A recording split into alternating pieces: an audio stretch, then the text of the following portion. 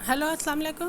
बॉटनी का first year का paper solved MCQs के साथ कम्प्रिहेंसिव एग्जामिनेशंस 2021 रिड्यूस सिलेबस के हिसाब से प्रैक्टिकल सेंटर ने कंडक्ट किया। आपके सामने है, तमाम चीज़ें इसकी याद होनी चाहिए। इसके अलावा इसमें जो चॉइसेस दिए हुए हैं वो सारे सवाल भी आपको याद होने चाहिए, और साथ साथ प्रीलिम एग्ज़ाम्स के पास्ट पेपर्स आतमजी साइंस और डीजे साइंस के, इनकी तैयारी भी आपको इम्तिहान में बेहतर नंबर दिला सकती है। So good luck for your exams. Thank you.